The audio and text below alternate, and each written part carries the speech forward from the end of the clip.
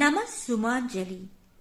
మన హిందూ ధర్మం ప్రకారం సప్తపది అంటే 7 అడుగులు. ఆ 7 అడుగులను అగ్నిసాక్షిగా వేస్తాము. ఆ 7 అడుగులకు ఎన్నో నిర్వచనాలు ఉండవచ్చు.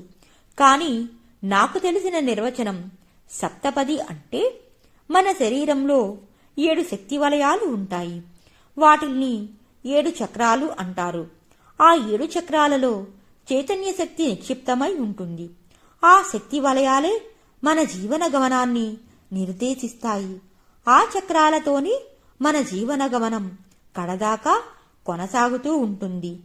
ఈ విశ్వంలోని పంచభూతాలు మానవ శరీరంలో ఉన్న ఆ 7 శక్తి వలయాలలోనూ ఉంటాయి.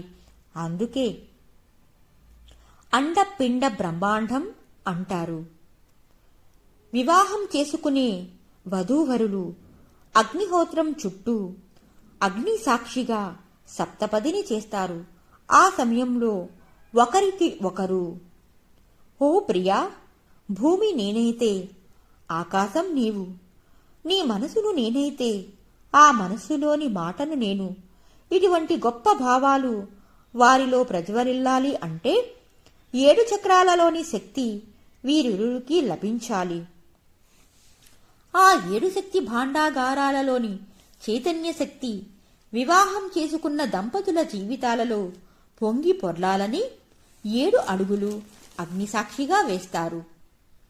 అంత గొప్ప శక్తి వలయాల గురించి మీకు తేలికగా అర్థం అయ్యేలా నాకు తెలిసిన సమాధానం మీతో పంచుకుంటాను.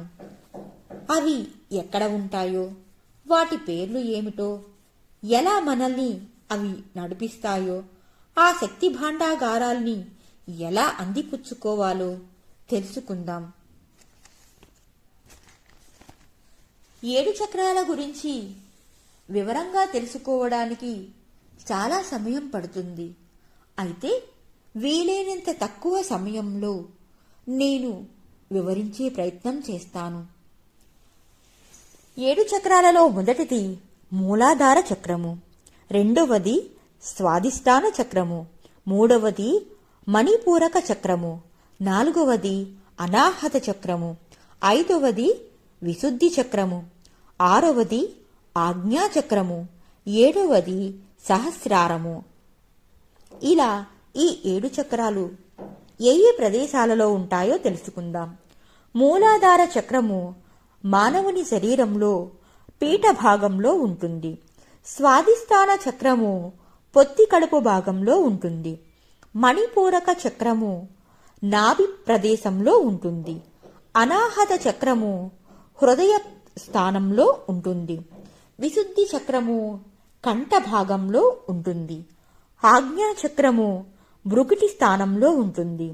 అంటే భృకుటి అంటే నుదుటి స్థానం. ఆ స్థానంలోనే మనం తిలకధారణ చేస్తాం. అదే స్థానంలో ఆజ్ఞాచక్రం ఉంటుంది. సహస్రారము మన శిరస్సుపై ఉంటుంది. ఈ చక్రాల గురించి తేలికగా తెలుసుకుందాం.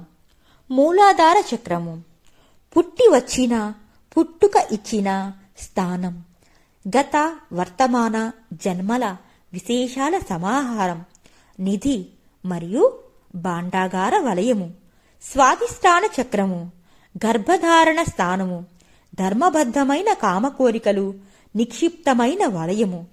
మణిపూరక చక్రము జీర్ణ వ్యవస్థా స్థానము.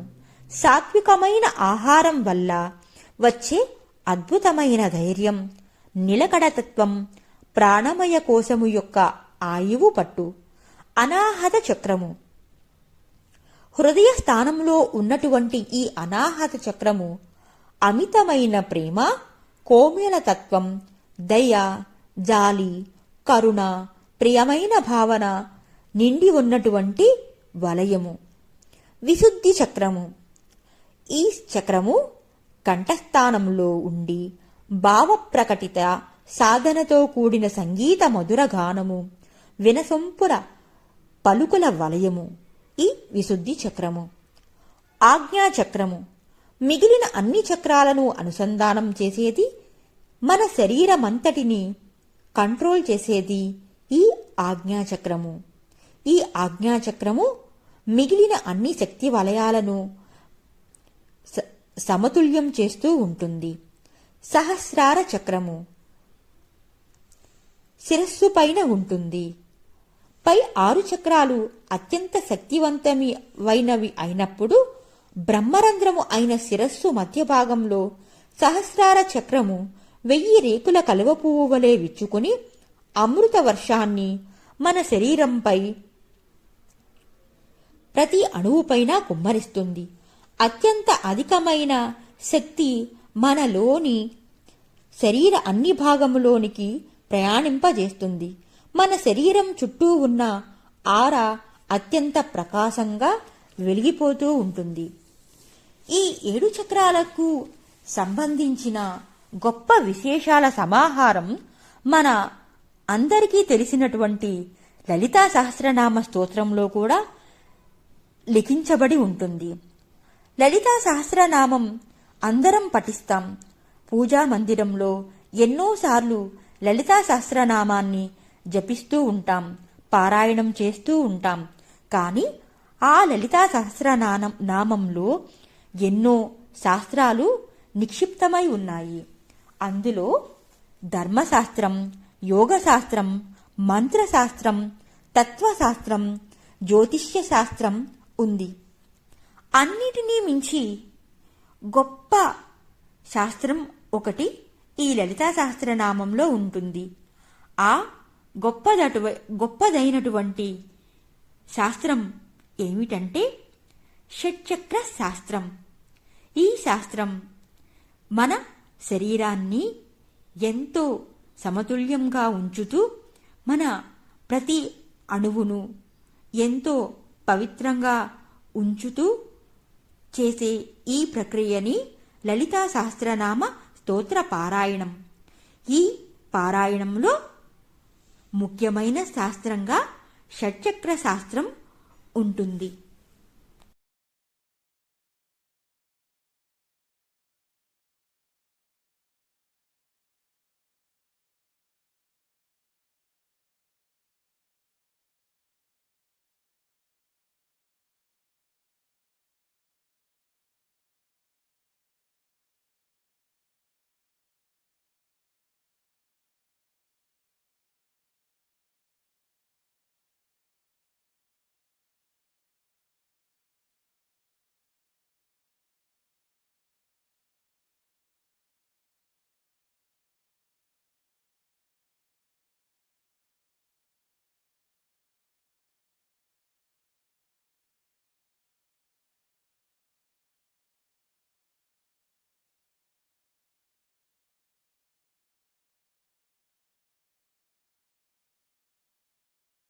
ఓం శ్రీ మాత్రే నమః.